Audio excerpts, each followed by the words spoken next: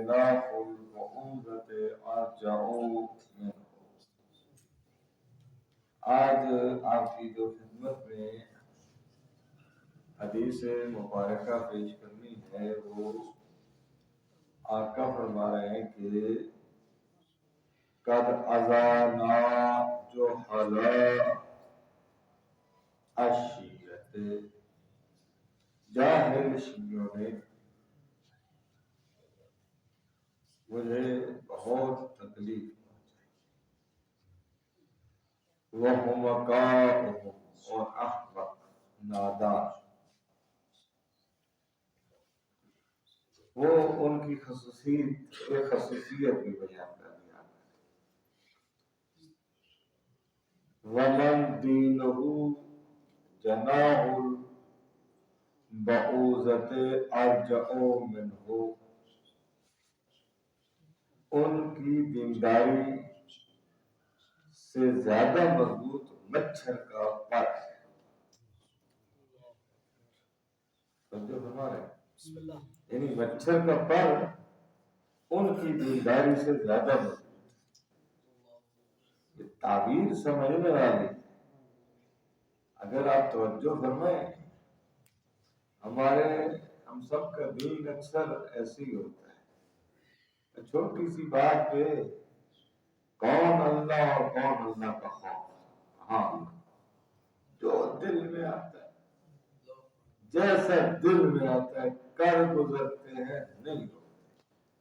ایمان اگر مضبوط ہو تو پھر انسان معصیت خدا کرنے کا سوچے بھی نہیں۔ ایمان مضبوط ہو تو پھر انسان گناہوں کی وادیوں میں داخل ہی نہ ہو۔ پتہ نہیں آپ کو بات سمجھ آئی ہے یا نہیں؟ امام محمد تقی الجواد علیہ السلام فرماتے ہیں کہ اگر جاہل خاموش رہتے تو فساد کم پھیلتا، یعنی جہلا کی زبان درازیاں فساد پھیلانے کا موجب ہے۔ جہلا نہ بولے تو بہتر ہے، اور جس چیز کے بارے میں نہیں جانتے اس کے بارے میں تو اصلاً نہیں بولنا چاہیے۔ ہمارے ہاں الحمدللہ ہم میں سے ہر ایک ڈاکٹر بھی ہے، انجینئر بھی ہے، لائر بھی ہے، اور جناب اکانومسٹ بھی ہے، ساری چیزیں ہر ایک میں جمع ہے، اور ہو سکتا ہے کہ کسی بھی سبجیکٹ کی الف بے بھی نہ آتی۔ یہی وہ تکلیف دہ مرحلہ ہے جو عمومی دنیا کے اعتبار سے ہم عمومی معاشرے میں اپنے لیے اور اپنے ساتھ والوں کے لیے روا رکھتے ہیں، پھر جب عادی ہو جاتا ہے تو یہی رویہ پھر دین کے لیے بھی ہم کر لیتے ہیں۔ دین کے بارے میں بھی میری رائے یہ ہے، میں یہ سمجھتا ہوں، نہ میری کوئی رائے کی حکمت ہے، نہ میرے سمجھنے کی کوئی اہمیت ہے، اصل تو اہمیت ہے قانون الہی۔ دوست ہماری توجہ ہی کم ہوتی ہے۔ صلی اللہ علیہ محمد۔ تھوڑی سی چونکہ امام زمان علیہ السلام خود امام کی توقیات مبارکہ میں سے جو اس زمانے کے امام نے ہم سے فرمائی ہیں، ہماری سطح کو زمین سے اٹھا کے بلندیوں کی طرف لے جانے کے لیے جو نورانی کلمات چھوڑے ہیں، ان سے ہمیں فائدہ اٹھانا چاہیے تاکہ دنیا بھی بنے اور آخرت بھی۔ دوسری حدیث ہے لا تتکلفوا علم ما قد کفیتم، جس چیز کے علم کا تمہارے سے قیامت کے دن سوال نہیں کیا جائے گا، اس علم کو حاصل کرنے میں اپنے آپ کو زحمت میں مت ڈالو، مشقت میں مت ڈالو۔ جو چیزیں بتائی ہیں یعنی پیغمبر اسلام اور آل پیغمبر نے جو چیزیں بتا دی ہیں، جن کی حکمتیں بیان کی ہیں، وہ حکمت ہے تو کوئی بیان کر سکتا ہے، دوسرا بھی بتا سکتا ہے کہ شارع مقدس نے یہ بیان کیا، لیکن اگر شارع مقدس نے کسی چیز کی حکمت ہی بیان نہیں کی تو ہم تو ان حکمتوں کو سمجھنے سے عاجز ہیں، لہذا ان چیزوں کو دربیر نہیں ہونا چاہیے، ان چیزوں کے بارے میں بھاگ دوڑ نہیں کرنی چاہیے۔ آپ سے اللہ نے اور اللہ کے نمائندوں نے طلب جو چیز کی ہے اس کو ادا کریں تاکہ آپ اس دنیا میں بھی سرخرو ہوں اور آخرت میں بھی سرخرو ہوں۔ کیوں واجب قرار دی ہے؟ اگر حکمت خود معصوم بیان کر دے تو یہ عنایت ہے، اور اگر بیان نہ فرمائے تو ہم پوچھنے کا حق نہیں رکھتے۔ بڑی سادہ سی مثال ہے، اگر سمجھ میں آ جائے۔ بس اوقات باپ جو ہے اپنے بیٹے کو سمجھاتا ہے دو طریقوں سے۔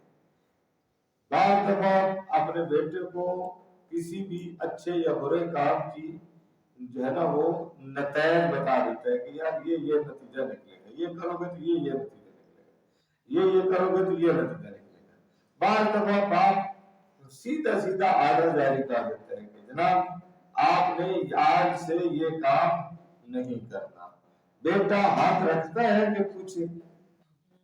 جی اگر بیٹا ہاتھ نہیں رکھتا تو ہم تو شریعت کے پابند ہیں، شارع مقدس سے ہم پوچھنے کا حق نہیں رکھتے۔ شارع مقدس اگر کسی چیز کی حکمت بیان کر دے تو یہ ان کا لطف ہے، نہ بیان کرے تو ہم پوچھنے کا حق نہیں رکھتے۔ اسی مقدار پہ اسی لیے امام نے اس توقیع مبارک میں اسی چیز کی طرف اشارہ کیا، اسی مقدار پر قناعت کرو جتنا تمہارے لیے واضح ہے، اور جو چیزیں تم سے مخفی رکھی گئی ہیں ان کو سمجھنے کے لیے خود کو زحمت میں مت ڈالو۔ مثال کے طور پہ تاکہ یہ بات اور واضح ہو جائے، مثلا حضرت حجت علیہ السلام اس وقت ہے مبدأ خیر، یہ واضح ہے کہ امام معصوم 12ویں امام کی ولادت صغریٰ اختیار کی تھی۔ اس غیبت صغریٰ میں امام کے 4 نیب تھے، 70 سال پہ محیط، وہ غیبت صغریٰ کا زمانہ ہے۔ اس کے بعد امام زمانہ علیہ السلام پردہ غیبت کبریٰ میں ہے۔